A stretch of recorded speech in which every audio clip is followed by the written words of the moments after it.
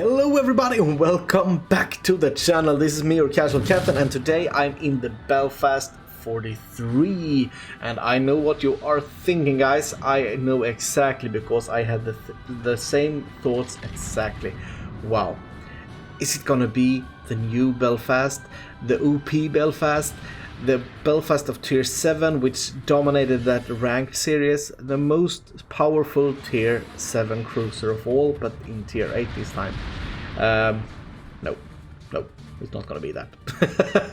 Not at all. And it has a few reasons. Before we enter the ship itself, the reasons for this not being as dangerous in tier 8 and as the Belfast are in tier 7 is that a whole lot more of the cruisers actually do have radar. So radar is something that DDs are more used to see in tier 8 than it is in tier 7. In tier 7 you only have, I think it's only the Indianapolis and the original Belfast that has radar. Over at tier 8 though, you have the American heavy cruisers. You have, I think you can slot down the Edinburgh. You do have the Chapayev, and is it the Riga or the Tallinn? One of them. I don't remember which one is the tier 8. So radar is not that special in tier 8 as it is in tier 7. So that's something to think about. Despite that, I believe that this is actually a weaker ship than the tier 7 Belfast, the original Belfast. And even though that this has one more weapon system, and that is torpedoes of course, there are two key differences. The first one is the DPM, first and foremost. The DPM on the original Belfast is quite a bit more, or higher. Your reload on the original Belfast is 7.5 seconds, pretty much spot on as the Fiji. I mean, the original Belfast is a Fiji without torpedoes and with a radar and smoke combo, without the heal of course, and you don't have the heal in this one either. But I mean, this is more like this is pretty much more like the Fiji, but with worse DPM. And the smoke.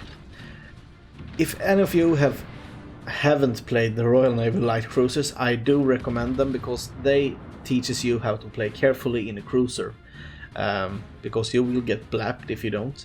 But the smoke on the Belfast here is not the cruiser smoke. It's the DD smoke, and it's fast acting, so you have more recharges of it. You can use it more often, but it's not, the duration is shorter. So you will have to plan your smokes a bit more, or a bit less, depending on situation. But you can't really just park yourself where you have a lot of targets and then use your smoke and sit there for over 1 minute and just spam HE. You will have 40 seconds after the smoke is laid down, and that's it. But I mean, 40 seconds is kind of a lot when you consider time on the game is only 20 seconds. But no, it's not, since you have a maximum amount of smoke firing. If you have one salvo in the barrels ready to go when you pop the smoke, the maximum amount of salvos you can actually put out is 5. And 5 salvos versus a battleship, it's not quite a lot, is it? So yeah, that's the main difference between this and the original Belfast. And this has a few thousand more HP, I think. But I still like the ship, to be honest. We shouldn't all just criticize it for being weaker than the original Belfast, because the original Belfast is actually quite OP, even today.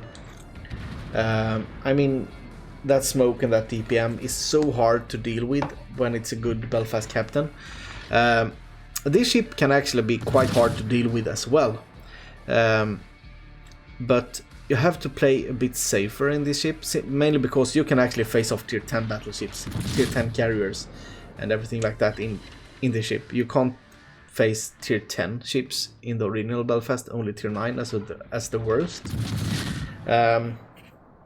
But yeah, so the up tier in this is of course worse, because tier 10s is quite a lot stronger than tier 9s. And since I consider this ship to be weaker than the tier 7 Belfast, yeah, you're gonna struggle quite a bit. Oh, look at that, NC fire at me. That's a full pen, never overpens in this ship. And I do like it because it gives a new dimension to the Royal Navy light cruisers. You have to play so much more careful, and to be honest, it's not a bad thing for someone like me at least, because I'm usually quite aggressive in my ships, and it's a good thing for me to calm down a bit and not playing that aggressive, because if you do, you will probably get punished for it. In the other Royal Navy cruisers, you can be much more aggressive simply because you have that good heal, and especially at tier 8, the Edinburgh, you get that Royal Navy super heal, and that's gonna help you quite a lot. Even though you can take a lot of damage in the Edinburgh as well, I mean, it's easy to Citadel and all of that, you have the healing capabilities that this ship lacks. Other than that, it's a great DD hunter, since you can stealth radar in it. Your detection, if spec for it, can be as low as 8.9 kilometers, and you should always spec the light cruisers for concealment, always. And your radar is 9 km, so you can stealth radar only by 100 meters, but if a DD rushes into you, he will of course need to turn around, and he might torp you, but you do have that hydro, and I mean, it's an agile ship, so you will not have that much of a problem to dodge torpedoes fired from like 8 km away. And that DD is of course gonna hurt himself quite a lot. So it's a good DD hunter. It's a good ship to just pop up here and there, using this fast smoke, being in oceans to battleships, setting them on fire, launching some torps perhaps, radaring a DD. So it's a really good counter to enemy pushes. At least right now, because not many knows about it, and I mean, it's a new ship, so no one has really fought it that much either. So I like it because of that, especially the stealth about it. It's really nice to have a stealthy cruiser which just can pop up and simply, like I did here, wait for the Nelson to fire and then use his smoke firing penalty against him to set him on fire. And if that's all I'm doing during one smoke, I mean, it's not really worth it, but it might help a bit, especially if I had a CV or something to help me here getting spotted again, because he did repair that fire. But a permafire would of course help both me and the team quite good. I do love the radar. It's so fun to have that extra utility that you don't have in the Edinburgh or the Fiji, at least not in joint in companionship with the smoke. So it's really good. So it's quite a decent disturber of the enemy team. You can disturb them, you can pop up where they don't expect you to be.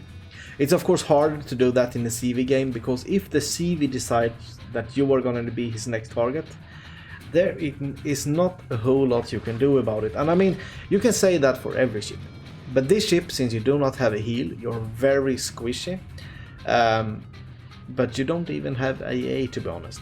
This AA on this ship will struggle to even defend yourself against tier 6 ships, tier 6 CVs that is. And remember that you can actually face off tier 10 CVs in this ship. You can actually be up against an FDR or a Richthofen or something like that. Oh, look at that, second kill on that anchorage. That's good stopping power for him.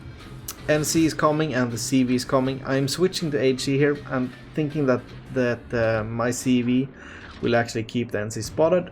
He won't. Here we can see the enemy CV. At least he turned around, so he didn't stay in my AA. Oh, NC detected again, but I have already turned my turrets, unfortunately. Oh, he fired. Now I can shoot, but only one salvo before my smoke runs out. Hope for fire. I mean, he's half HP. Oh, we did get a pretty good volley, 7 pence. I'm gonna pre-torpedo, although my torpedoes only have an 8 km range. That's actually not gonna bother me that much. Oh, Nelson, let's see if we can get him on fire as well. Here you can see I am using my AA here against some planes, and eventually I do get one plane, I think. Yeah, one aircraft shot down. There's just nothing you can do towards CVs. And since I'm already detected, I don't have any more smokes. I am pretty much 120% sure that I'm gonna die here. So I'm gonna start... Oh, shots coming in from everywhere. I'm just gonna try to help my Monarch here with this NC.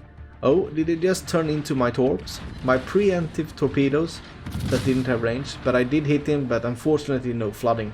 The flooding there would of course be really good, but he's still on fire. It's not my fire, it's the Monarch's fire to Monarch. Oh, CV came in with the torpedoes, and well, I do finish him off with that extra HE volley. I'm still detected from the Edinburgh, but not anymore because he got out of my range. So right now I'm quite safe. That Monarch though might be in trouble since he's alone versus a Nelson and another Monarch, which is at full health.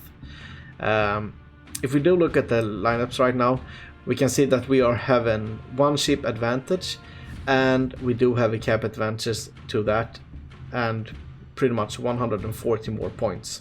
And it's just gonna keep rising. I decide here to use the islands to my advantage here. I'm gonna sail around. I will not keep open water fire against BBs. Oh, look at that Helena. He's so low. He died. Edinburgh got him, so we do have 4 ships versus the enemy 4 ships. They still do have the full HP Monarch, and they do have the Nelson, although he's at low health, and they of course do have the CV. And that Edinburgh looked actually kind of healthy. So yeah, we haven't won this game yet. Let's just put it like that. Okay, let's see. That Nelson is... I can't really see his health right now because the health bar of the Monarch is in the way. But he looks kind of low, and I mean, he has been on fire a couple of times. Oh, only 6k, and the CV is coming in with rockets. I think that the CV is gonna go for the Nelson, at least I hope so. Since he's going to where he can be able to shoot me. Oh, the Monarch actually got the Nelson down quite a bit. Will the CV get him though? I think he definitely will. Let's see, will he die? Not yet, at least. I'm gonna start opening fire on the Edinburgh here. The Edinburgh has done a fatal mistake. He did push down his smoke screen, but then he fired, not knowing his smoke firing penalty. So I'm gonna start opening up on him, and my Normandy is doing that as well. Normandy has shots out, and that's the Edinburgh dead. Oh, sorry about that. I have a teammate saying get C here. Well, of course I'm gonna get C, but we don't really need it to win.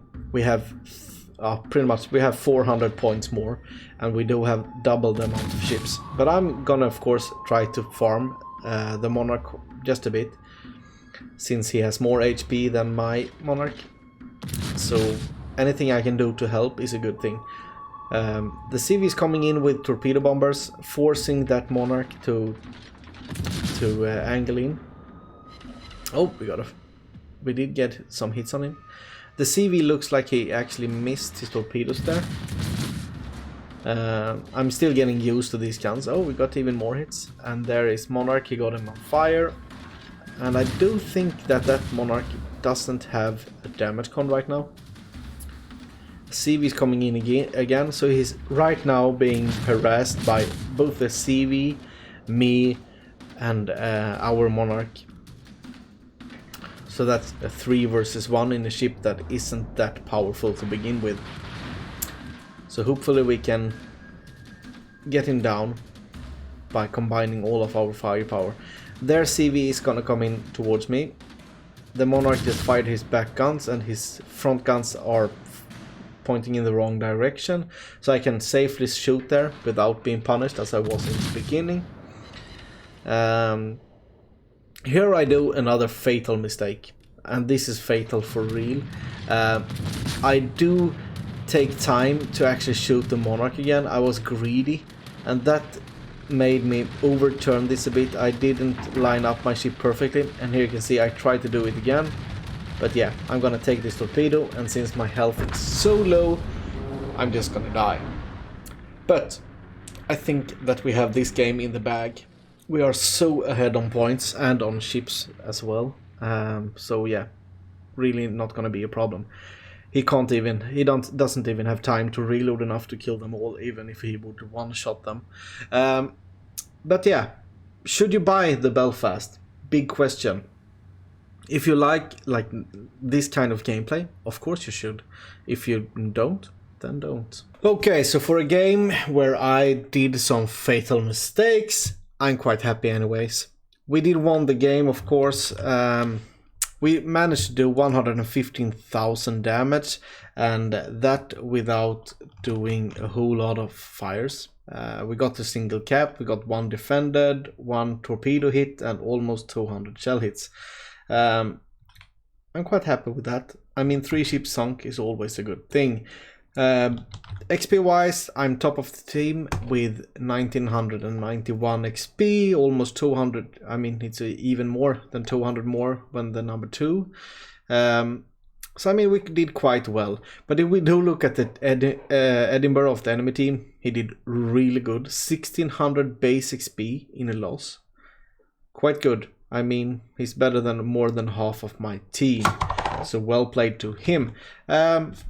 Well, this was my early review on the Belfast 43. If you do want one more in depth, I could probably provide that. Okay, I thought I would just show a bit quick here how I equip my ship. I do not have a 19-point captain yet, so yeah.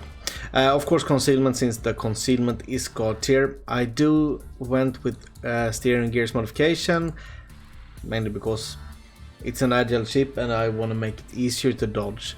Then I went with aiming system modification 1, and I think that's the right one, although you could go for main battery modification 2.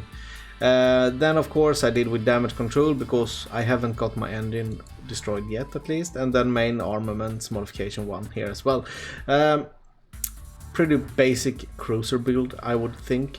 You can swap out the radar for a fighter plane, but I mean, I see no reason to do that since the radar has so much more utility to it. Captain wise, I only do have a 10-point captain, so yeah, pretty basic.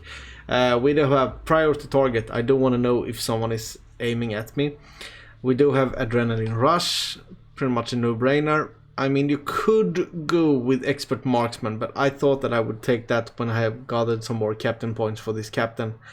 Demolition expert, because I mean, HG ship, of course you're gonna try to use that HG, and since you can spend time fighting against tier 10s, IFHC is not gonna help you much, to be honest, especially against the Russians. And then concealment expert, of course. My next points that I am gonna take is of course expert marksman. That's gonna be the next one. Then I will take superintendent, or I might actually take that first because I do want to have more smokes, more hydro, more radar. Expert marksman, and maybe survivability expert, just to give it a bit more ability to tank some more battleships.